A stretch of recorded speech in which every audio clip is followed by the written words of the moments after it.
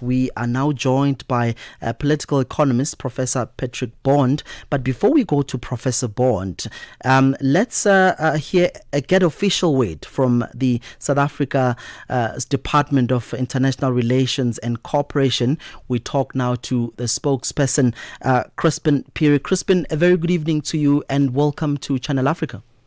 Thank you for having me. Good evening to our listeners, Innocent. Yeah, indeed. I mean, Chrispin, we understand that South Africa takes a break from the G20 activities for the year 2026. Can you tell us what does this break exactly mean? Yeah, you would have noted that was a statement put out by the presidency spokesperson.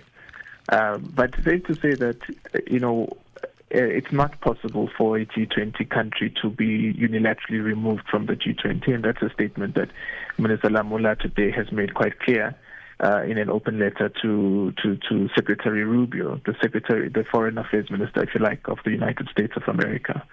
And what we've also said consistently is that if we have a situation where the U.S. are allowed to just unilaterally determine what the membership of the G20 is, and it really does affect the integrity of such an organization.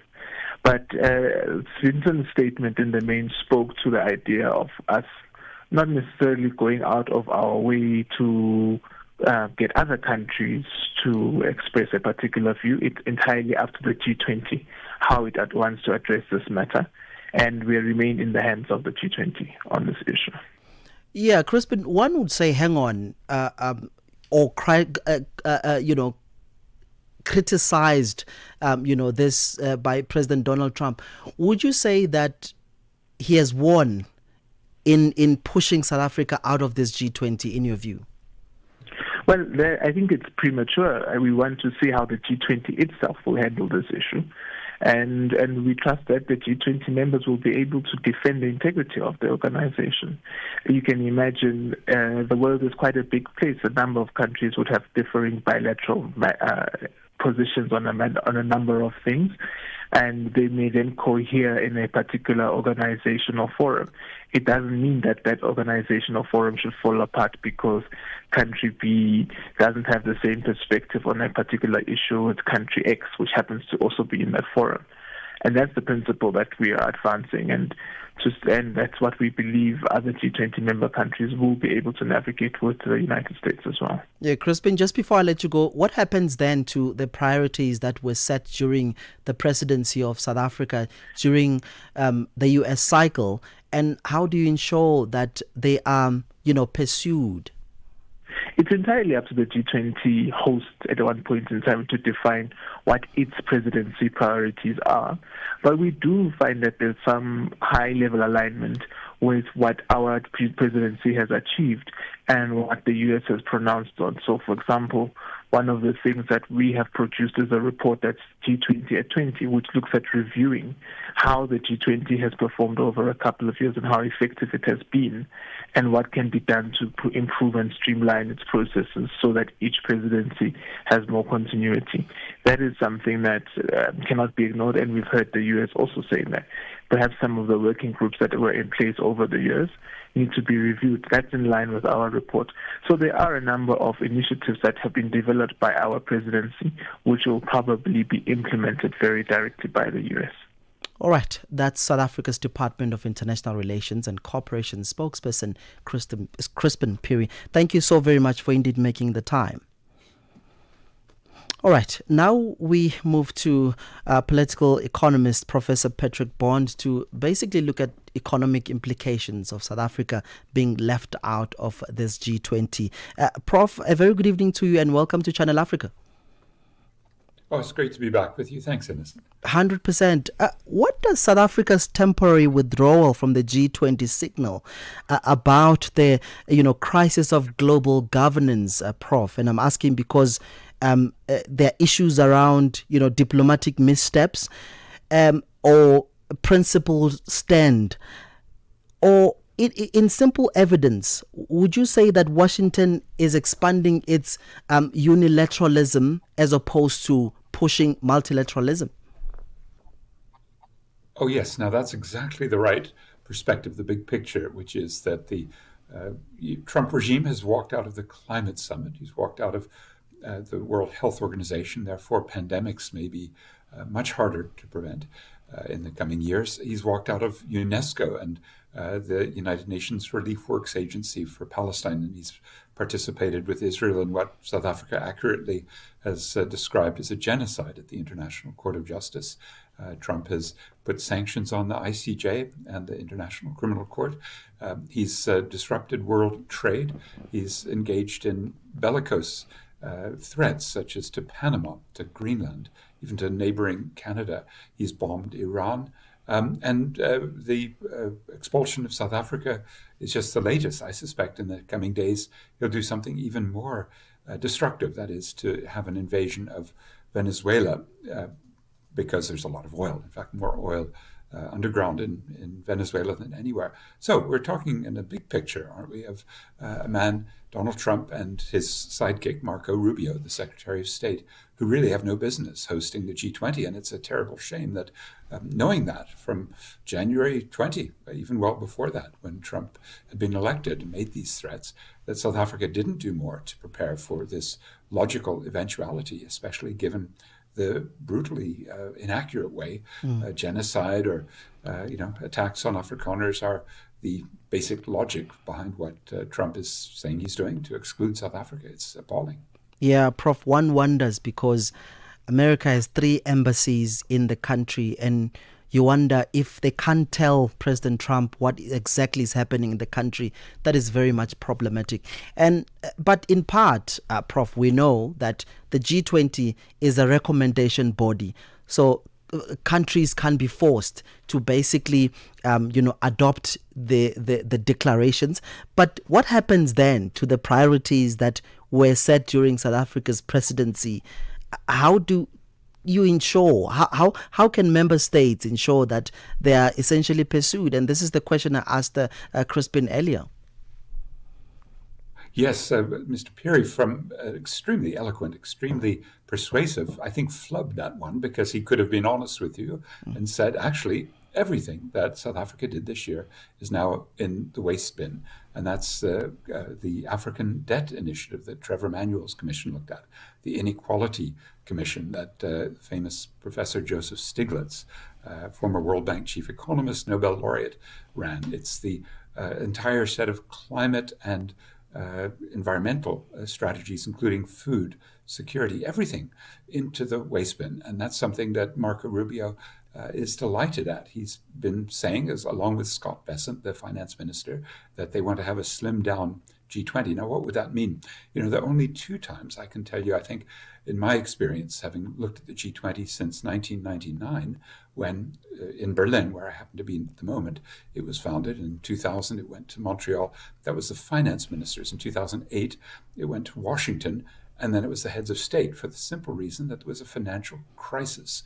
And the middle income countries, the China and Saudi Arabia and South Korea that had large reserves, were desperately needed by the G7 to bolster the Western economies. Same happened in 2020. The G20 was crucial for coordinating the quantitative easing, spending more money, having lower interest rates, more state spending and printing of money, and also giving Africa debt relief. There was a sort of delay on the debt spending. Now, those are the sorts of things where you can sort of feel the rumbling in global capitalism, the potential for an AI meltdown, the stock markets being so overvalued, or AI getting out of control, another crucial feature that South Africa has been worried about, or climate catastrophe worsening, or poverty and extreme inequality worsening.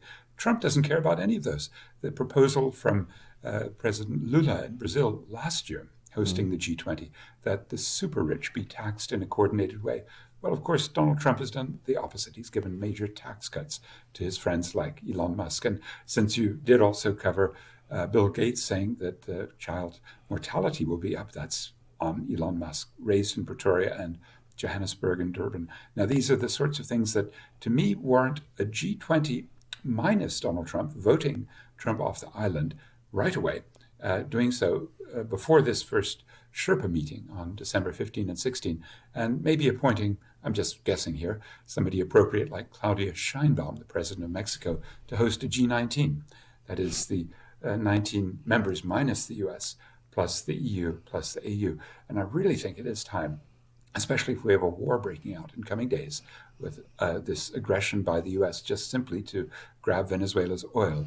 It's really time to say boycott, divestment, sanctions, and a G19, and really let's put pressure on the US. Even the climate sanctions that are being put on South Africa by Europe, starting on January 1, a carbon border adjustment mechanism should be applied to the US for having dropped out of the climate summit in Brazil just a couple of weeks ago. These are the sorts of things that we'd have hoped instead of the accommodating and assimilating and frankly, quite obsequious attitude that South Africa's had to the US. A little bit more strength would have been welcomed. G19, Prof. That's pretty much interesting. But many argue that the G20 has long been structurally biased towards global North interests.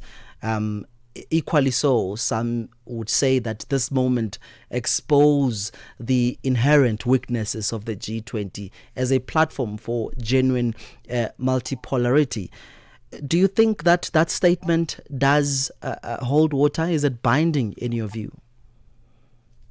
That's absolutely right, because when I was making those, let's say, optimistic statements about how the G20 took on all of these issues, I mean, food security, but they wouldn't talk about land reform, or debt relief, but they wouldn't acknowledge odious debt, corrupt debt. That was Trevor Manuel's commission.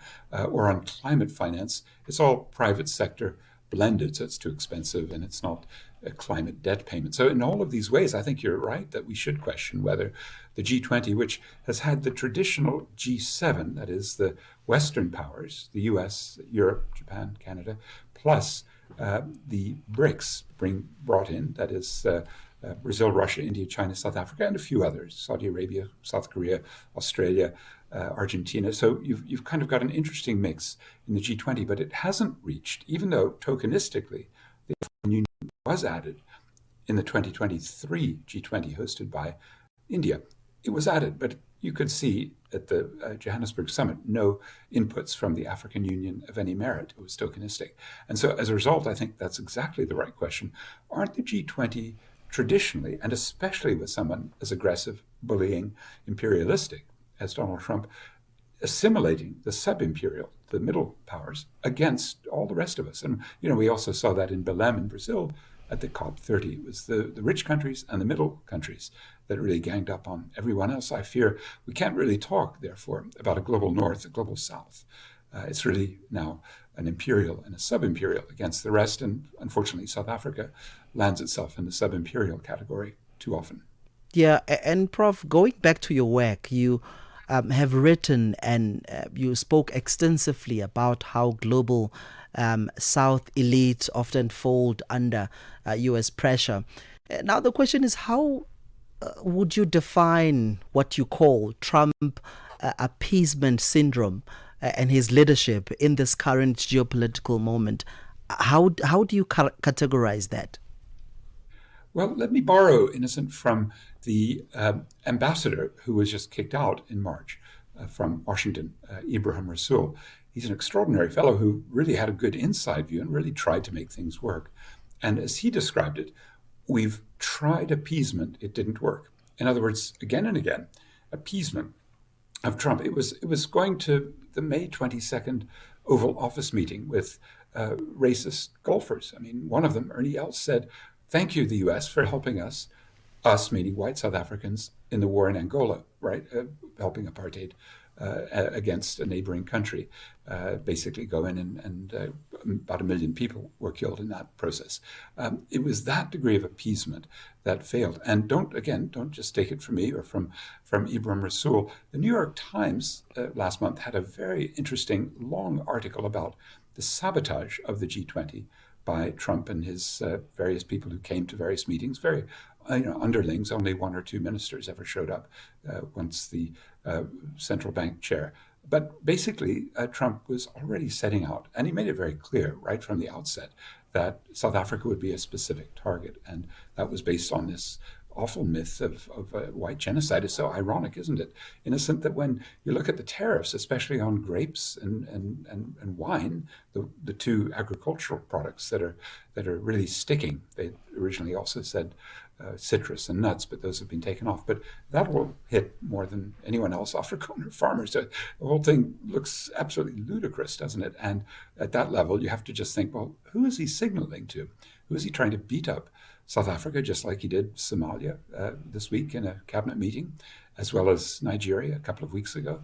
Well, I think he's trying to speak in all of these ways to a racist white American base. I happen to have gone to university there and know, pretty well what that MAGA, Make America Great Again philosophy is all about. And to have tried appeasement, as Ibrahim Rasool admits, was never going to work. And it's really time to be tough and not to be rolling over, as unfortunately the message that came from Vincent Magwenya, the president's spokesperson, saying, we'll just take a year off, take the commercial break now. That was very unfortunate. It's time not to just lie down and appease. It's time to fight back.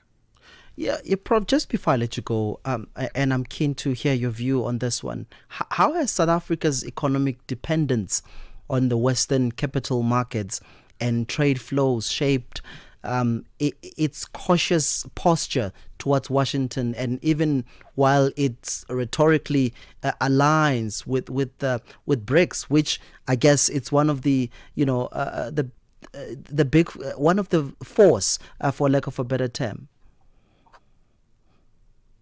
Yes, Innocent, that is actually crucial, because the underlying problem is the overproduction of goods, especially the big ones, steel and aluminium, the automobiles. We could look at the overproduction, overcapacity, and find largely coming from the east coast of China. But Trump's response to that, a tariff war, is something that South Africa has suffered. In the first half of this year, 82% decline year on year in auto sales to the US. The only things that are selling are some of the East London Mercedes C-Class. So it's an extraordinary period where the entire world is in turbulence and the global value chains are being shaken up. And what China has done as a result of losing a lot of its US market because of high tariffs is to dump in South Africa. And the South African response with the International Trade Administration Commission, that is our Department of Trade and Industry, sort of, it's a committee that looks at the unfair trade, and they say, well, look, you're dumping, you're selling here below cost, you're selling washing machines and steel and nuts and bolts and tires. So we're going to put tariffs on you, China. And this is the extent to which I think we're in a really serious problem, a problem that's very deep, and that what Trump and China and South Africans are doing is pretty much on the surface. We have to get right to the roots of it. All right, that's where we're going to leave it. Political economist, Professor Patrick Bond, thank you so much for indeed making the time. That conversation, with you. Thanks.